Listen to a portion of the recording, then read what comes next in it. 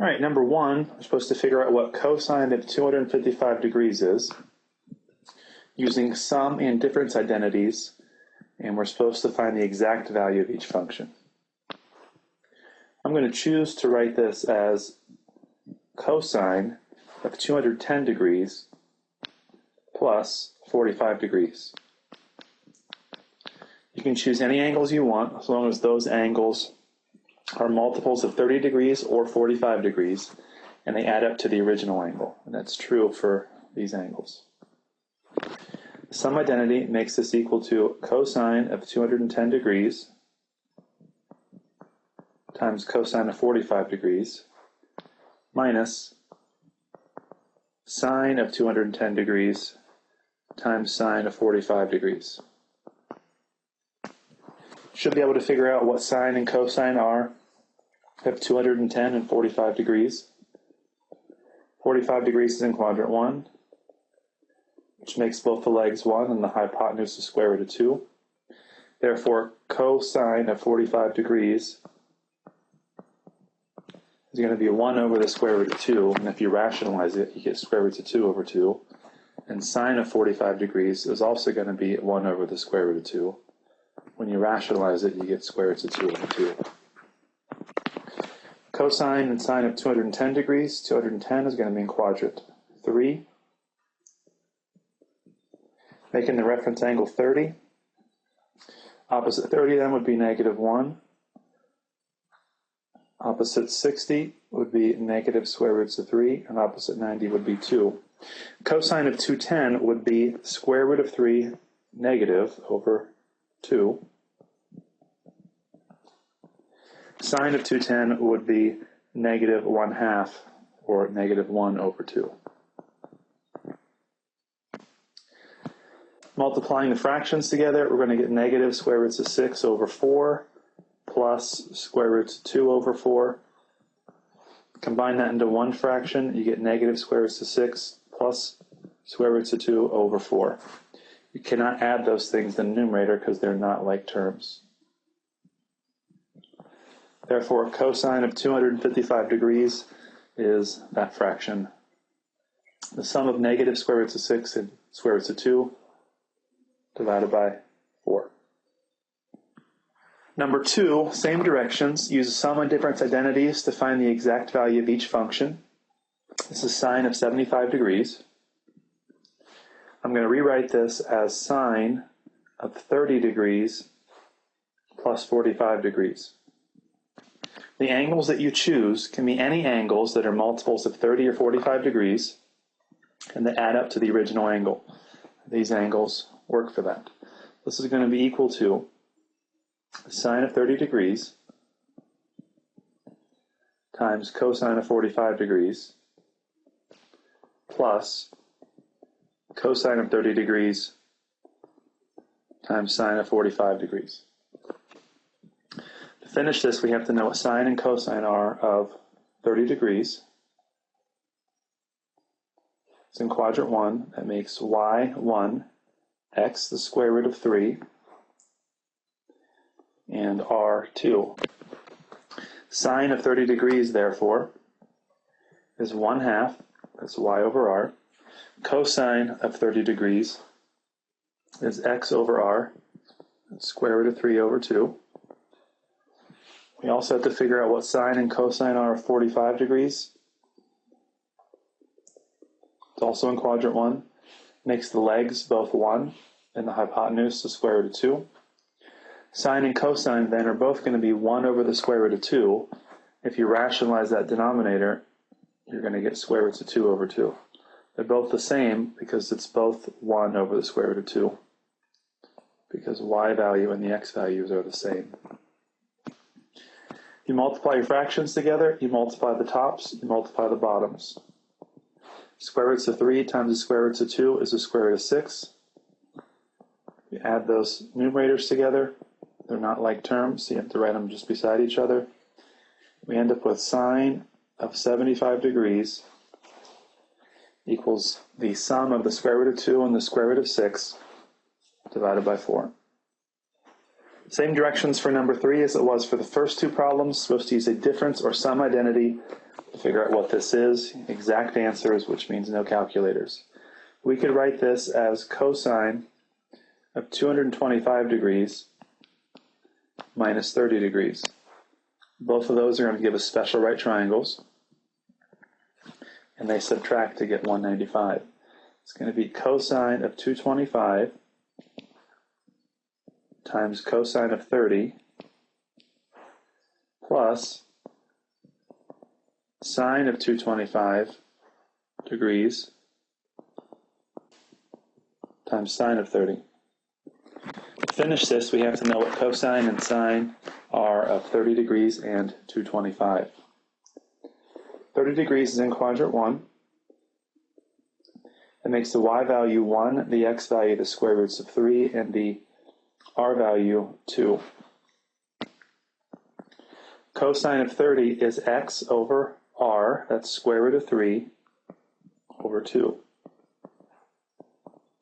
Sine of 30 degrees is y over r, that's 1 over 2. Now we got to figure out what 225 is for sine and cosine. It's going to be in quadrant 3.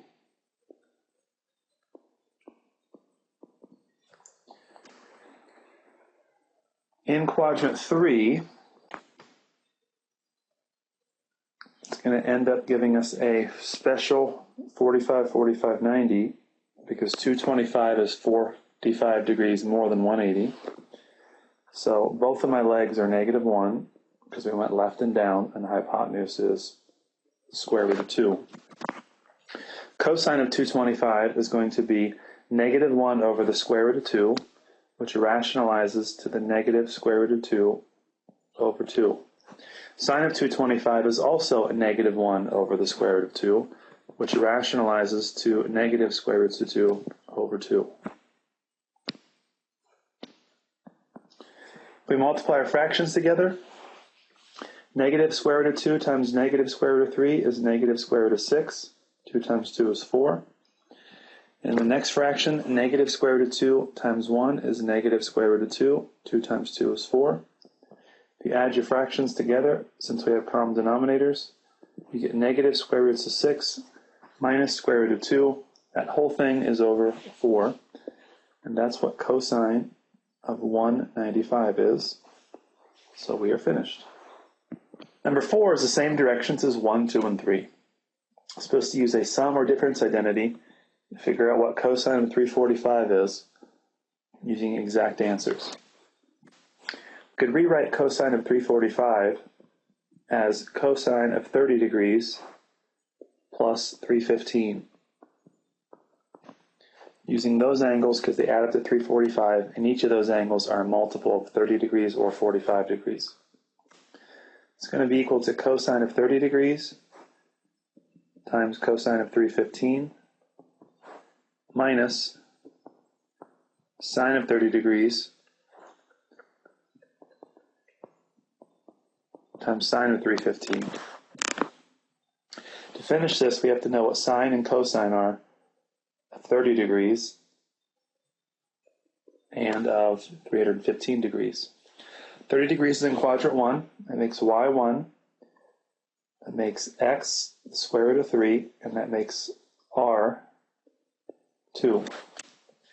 Cosine of 30 degrees is x, which is square root of 3, over r, which is 2. Sine of 30 degrees is y, which is 1, over r, which is 2. Bring the subtract sign down. To finish this, I have to know what sine and cosine are of 315. If I draw that, it's going to be in quadrant 4. 315 is 45 degrees away from 360, which makes my reference angle 45 degrees, which gives me a 45, 45, 90. Opposite my 45s are 1s. My y value is negative 1 because we're going down. That makes the r value have to be the square root of 2. Cosine is x over r. That's 1 over the square root of 2. Rationalize the square root of 2 over 2. Sine of 315 is y over r. That's negative 1 over the square root of 2. Rationalize, that's negative square roots of 2 over 2. Multiplying our fractions together, square root of 3 times square root of 2 is square root of 6. 2 times 2 is 4. Minus 1 times negative square roots of 2 is negative square root of 2. 2 times 2 is 4. Anytime you subtract a negative number, the net result means that you're getting rid of something that you're losing, which is a double negative, which means you're gaining something. So in other words, subtracting a negative is like adding a positive. So this is going to be square root of 6 plus the square root of 2 divided by 4. And that's cosine 345 degrees. For number 5 and 6 and 7, the directions are, if alpha and beta are the measures of two first quadrant angles, find the exact values of each function. So we see here in orange, we have our sine of alpha is 5/13, cosine of beta is 4/5. What we're trying to figure out is, what is cosine of alpha plus beta? Well, using the sum identity, that's going to be equal to cosine of alpha, cosine of beta, minus sine of alpha, sine of beta. So to finish this problem, we have to know some things. Some of these things we already know. We're told that sine of alpha is 5/13. So I can replace this sine of alpha with 5/13. We're told that cosine of beta is 4/5. I can replace this cosine of beta with 4/5.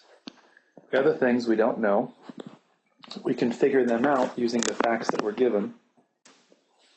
For example, if sine of alpha is 5/13,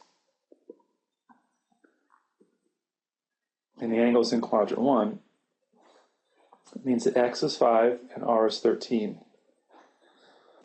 That means that x is going to be 12, and let me explain why I know it's 12, because I've done this Pythagorean Theorem problem probably 8 times in the last 2 days.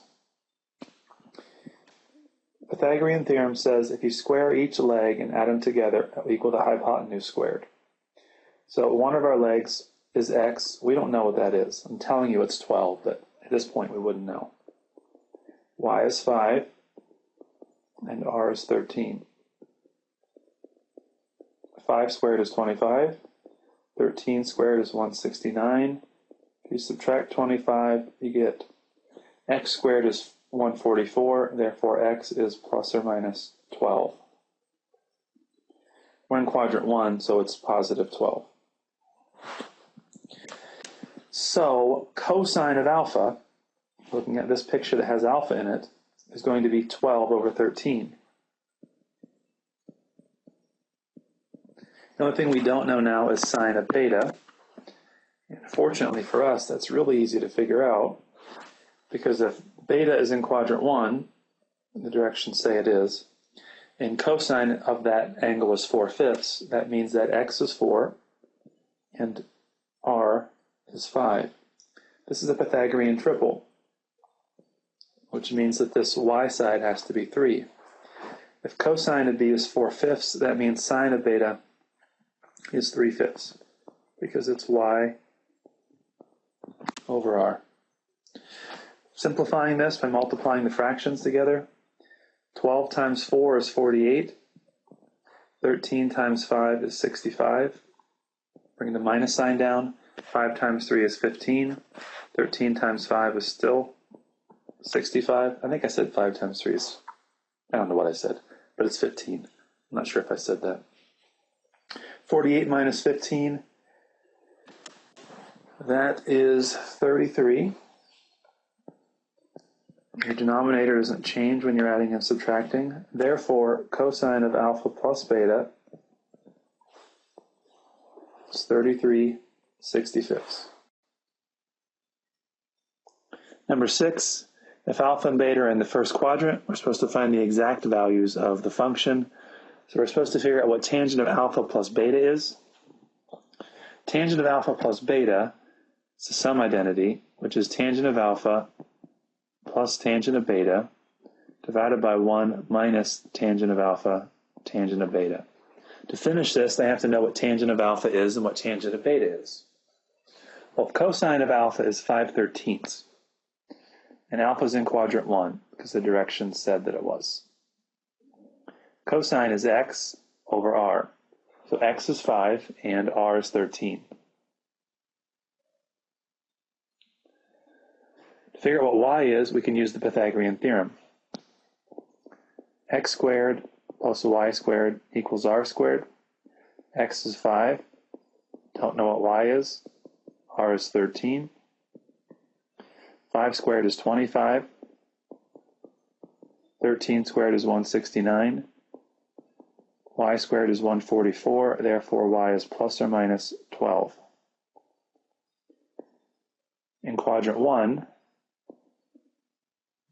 y values are positive. Therefore, we can conclude from this that tangent of alpha is 12/5. So I can replace tangent of alpha with 12/5 into this equation. What about tangent of beta? Well, the directions once again said that alpha and beta are in quadrant 1. Cosine is x over r, so that's saying that x is 35 and that that r is 37. Using the Pythagorean theorem, we can figure out what y is.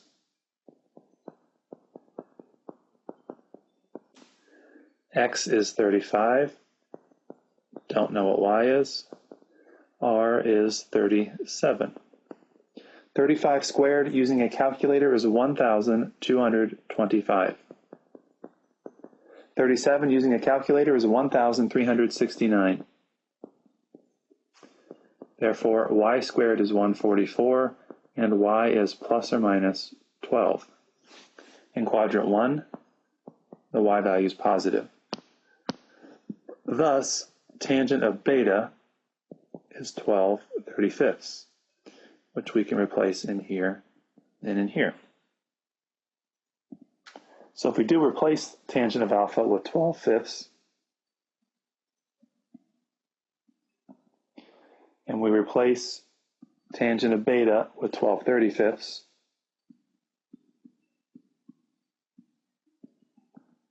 we get this function, this fraction, I should say. To finish this problem, we need to add the numerator's fractions together and add the denominator's fractions together, or subtract. To do that, we need common denominators. So in my numerator, I'm going to multiply 12/5 top and bottom by 7, which is the same as saying I'm multiplying by 1. It's going to give us 84/35 plus 12/35. My denominator, 12 times 12 is 144. 5 times 35 is 175. To subtract that from 1, I need to change 1 to 175 over 175. At this point, 84 plus 12 is 96. 175 minus 144, that is 31. Denominator stays the same. From here, you can proceed in lots of different ways, arriving at the same answer as long as you do, whichever way you do it correctly. I'm going to get rid of my denominators by multiplying the top fraction and bottom fraction by 175. 175 divided by 175 gives you 1. 35 divided by 35 is 1. 175 divided by 35 is 5. That leaves me with 96 times 5 over 31. 96 times 5 is 480. Therefore, tangent of alpha plus beta is 480 divided by 31. Number 7, we have tangent of alpha plus beta. So we're supposed to figure out. We're told cosecant of alpha is 13/5, and we're told tangent of beta is 3/4. Well, tangent of alpha plus beta is equivalent to tangent of alpha plus tangent of beta divided by 1 minus tangent of alpha, tangent of beta. To do this problem, we have to know what tangent of alpha is and tangent of beta. Well, we already know what part of that is. We know what tangent of beta is. We're told it's 3/4. I'm going to substitute that in. We don't know what tangent of alpha is. I'm going to put some parentheses there as a placeholder. We don't know what tangent of alpha is on the bottom either. I'm going to put parentheses as a placeholder. Cosecant of alpha is 13/5. Cosecant is reciprocal of sine. Sine is y over r, therefore cosecant is r over y. That makes r 13, and that makes y 5. We don't know what x is. We can figure it out with the Pythagorean Theorem. X squared plus y squared is r squared. We don't know what x is. Y is 5. R is 13. 5 squared is 25.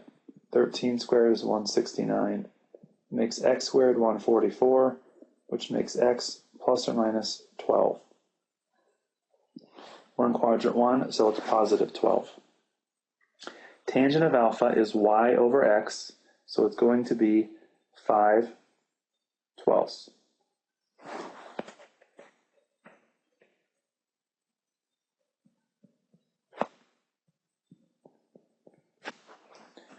To continue with this problem, we have to simplify the numerator and denominator. To do that, we need common denominators. So I'm going to multiply this orange fraction on top, the top and the bottom of that fraction by 3, which is going to give us 9/12. So we're going to have 5/12 plus 9/12.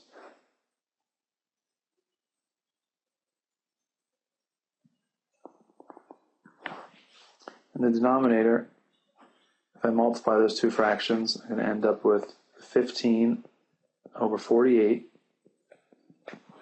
If I change my 1 to 48 over 48, that allows me to subtract those two fractions.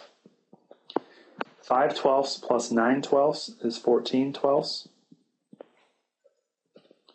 48 48 minus 15 48 is 33 48.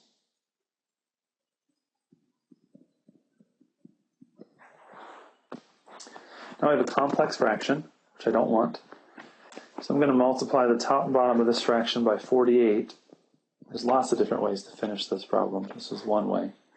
On the bottom, multiplying and dividing by the same thing gives you 1, so that's 38 times 1. On the top, we're multiplying by 48, and we're dividing by 12, which is equivalent to saying that you're multiplying by 4, because 4 times 12 is 48. So if you multiply 4 times 14, you get 56. If you multiply 33 times 1, you get 33.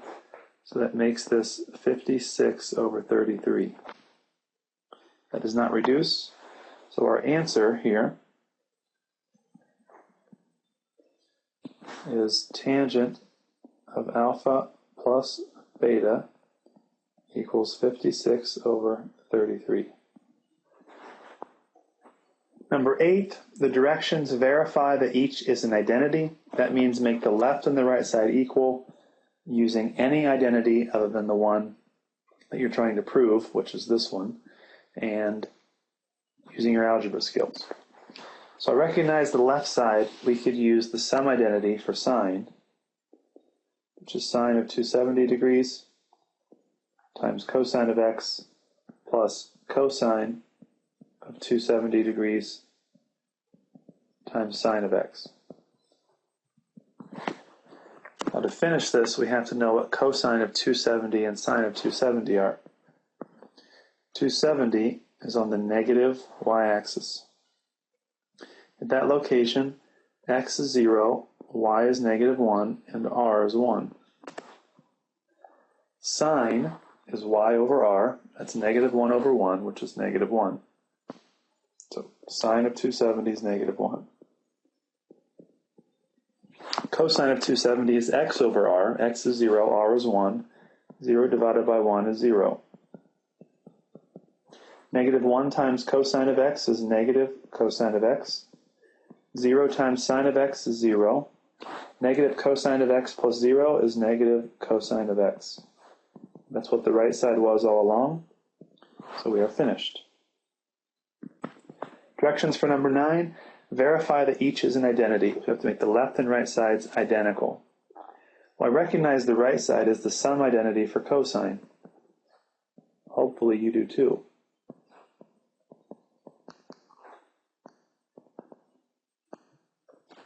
To finish this problem, we have to know what sine and cosine are of pi. Pi's in radians. One complete revolution around the circle is 2 pi. Therefore, half of a revolution around this is pi. On the negative x-axis, the x value is -1, y value is 0, and the r value is 1. Therefore, cosine of pi, which is x over r, is -1 over -1, which is -1. Sine of pi, which is y over r, is 0 divided by 1, which is 0.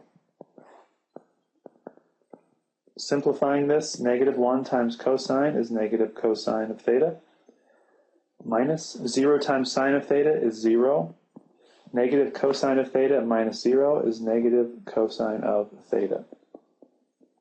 That's what the left side was all along, so we are finished. Directions for number 10. Verify that each of the following is an identity. That means make the left and the right sides identical. So the right side is a sum identity for cosine, which is going to make this cosine of pi over 2 times cosine of theta minus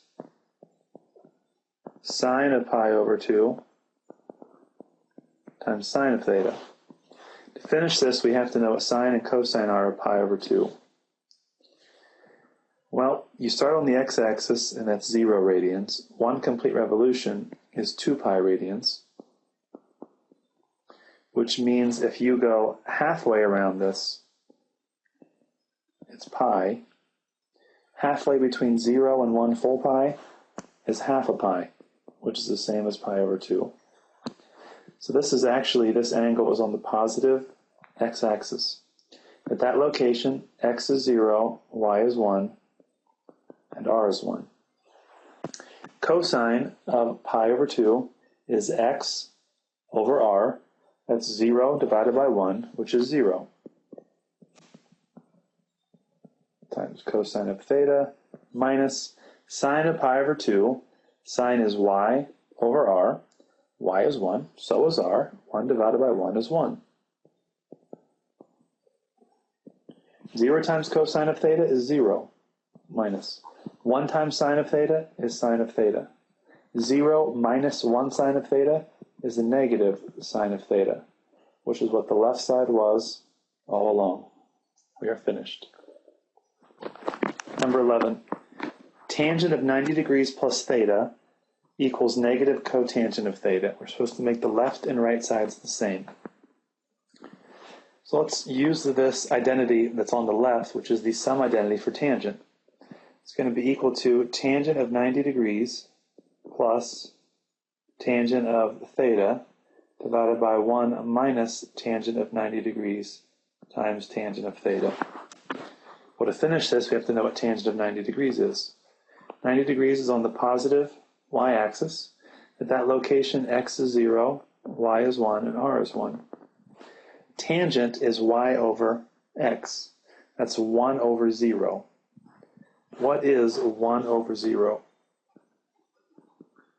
1 divided by 0 is undefined. If you're writing this down, you need to stop at this point, because if we get undefined plus tangent of theta divided by 1 minus undefined times tangent of theta, how do you proceed when your equation has an undefined in it?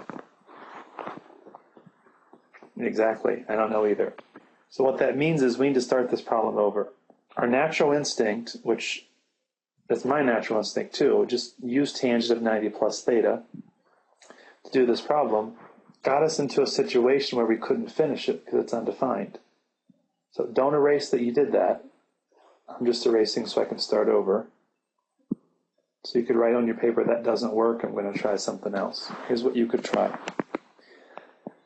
You and I both know that tangent of an angle is equal to sine of that angle over cosine of that angle. That's one of the quotient identities. Therefore, tangent of 90 plus theta is the same as sine of 90 plus theta divided by cosine of 90 plus theta. That's a quotient identity that we learned probably 9 days ago. From here, we can proceed because sine of 90 plus theta, that's the sum identity for sine, which is sine of 90 times cosine of theta plus cosine of 90 times sine of theta. Our denominator is the sum identity for cosine, which is going to be cosine of 90 degrees times cosine of theta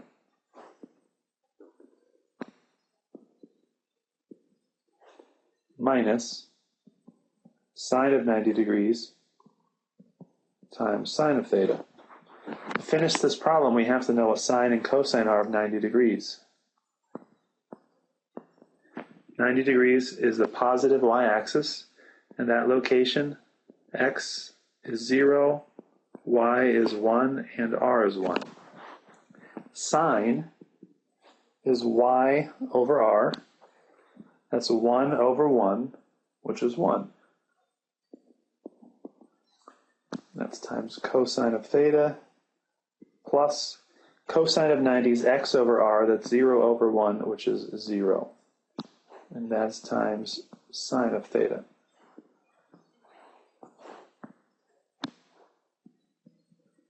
Our denominator, cosine of 90, once again is 0 times cosine of theta minus sine of 90, once again, is 1 times sine of theta.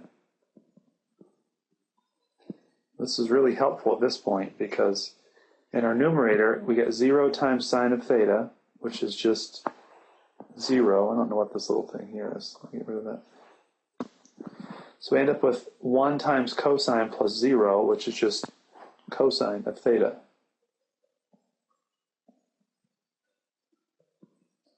In our denominator, we're going to get 0 times cosine of theta, which is 0, minus 1 times sine of theta, which is 0.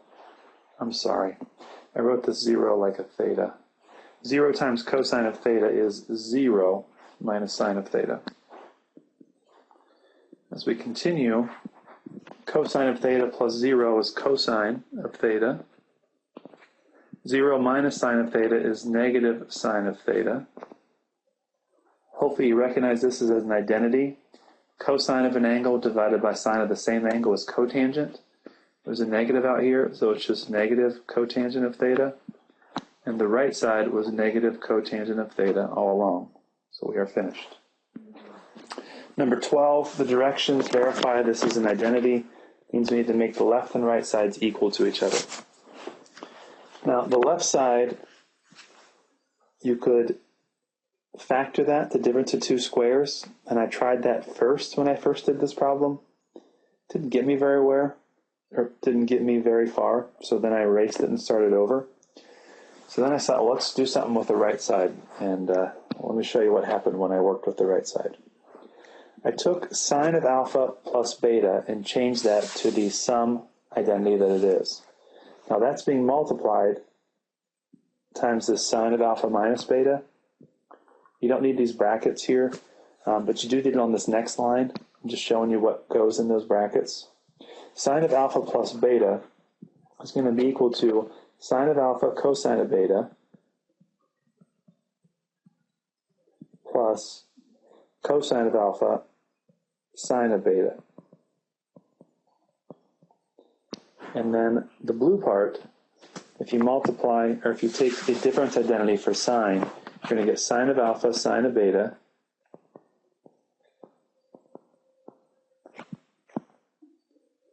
minus, I'm sorry, I wrote that wrong. It's sine of alpha cosine of beta minus cosine of alpha sine of beta.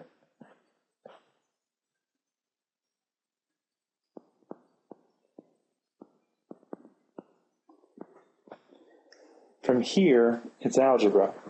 We need to multiply this whole thing out using the distributive property, FOIL method, box method, whatever you want to call it. I'm going to multiply these two things together.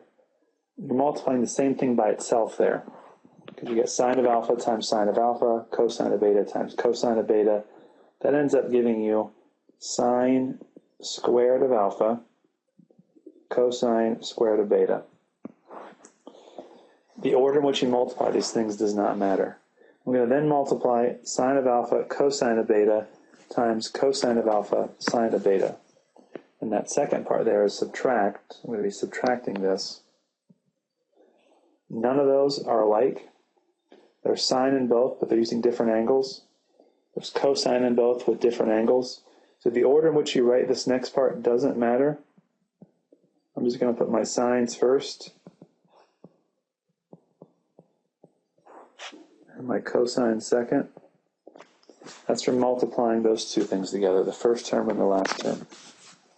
I'm running out of space here, which I apologize for. So instead of writing this all on one line, I'm going to put this on a couple of different lines. Then if we multiply cosine of alpha sine of alpha times sine of alpha cosine of beta, multiplying two positives there, we're going to get plus. And once again, none of those are like terms. None of those factors are the same. So it's going to end up with a sine of alpha and times a sine of beta times a cosine of alpha times a cosine of beta. Now, if you notice the blue and red term in this step, they're identical terms, one being positive and one being subtract, which means when we add those, they're going to cancel each other out. To multiply the last terms together, those terms are the same, so that means you're going to end up being squaring this. One's plus and one's minus, so it's going to be subtract cosine squared of alpha sine squared of beta. Now, if we simplify this, once again, we are adding and subtracting the same thing, so they cancel. We're left with sine squared of alpha times cosine squared of beta minus cosine squared of alpha sine squared of beta. Now, at this point, I get a little frightened, honestly. How does that become the left side? I don't know the answer. I honestly don't. So what I notice on the left is it's just sines. On the right, there's sines and cosines. It's important that what you see here, everything above that gray is a separate line. So if I can somehow change all my cosines to sines, it's probably going to be helpful, and I actually can do that. If you remember this identity, this is side work that should be done off to the side. Sine squared of an angle plus cosine squared of an angle equals 1. Therefore, Therefore, cosine squared of an angle is 1 minus sine squared of an angle. So I'm going to be substituting in for each of these cosines with 1 minus sine squared of that same angle. Keep your side work. I'm erasing it because I don't have a lot of space here. So we're going to equal to sine squared of alpha. Going to replace cosine squared of beta with 1 minus sine squared of beta.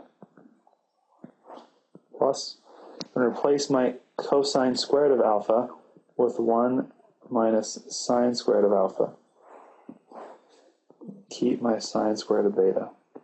Now I feel better at this point because now the right side is just in sines, just like the left side is just in sines. To multiply this out and hopefully good things happen. Sine of alpha times 1 is sine squared of alpha times 1 is sine squared of alpha, minus. Sine squared of alpha times sine squared of beta just gives us that. They have different angles, so those exponents don't get combined, plus. Then we have, I'm sorry, that's not plus, that's supposed to be minus. The previous step, I made an error. We're distributing this sign to the parentheses, and we're also distributing this minus to the parentheses. So we get sine squared of beta times 1, which is sine squared of beta. We're subtracting, so it's subtract sine squared of beta. And then it's sine squared of alpha, which is subtract, times sine squared of beta, which is going to be subtract sine squared of alpha, sine squared of beta. You're subtracting a subtract, which means you're adding sine squared of alpha, sine squared of beta. Fortunately, this term and this term are identical, one's plus and one's minus, so they cancel. And we're left with sine squared of alpha minus sine squared of beta, which is what the left side was all along. We are finished.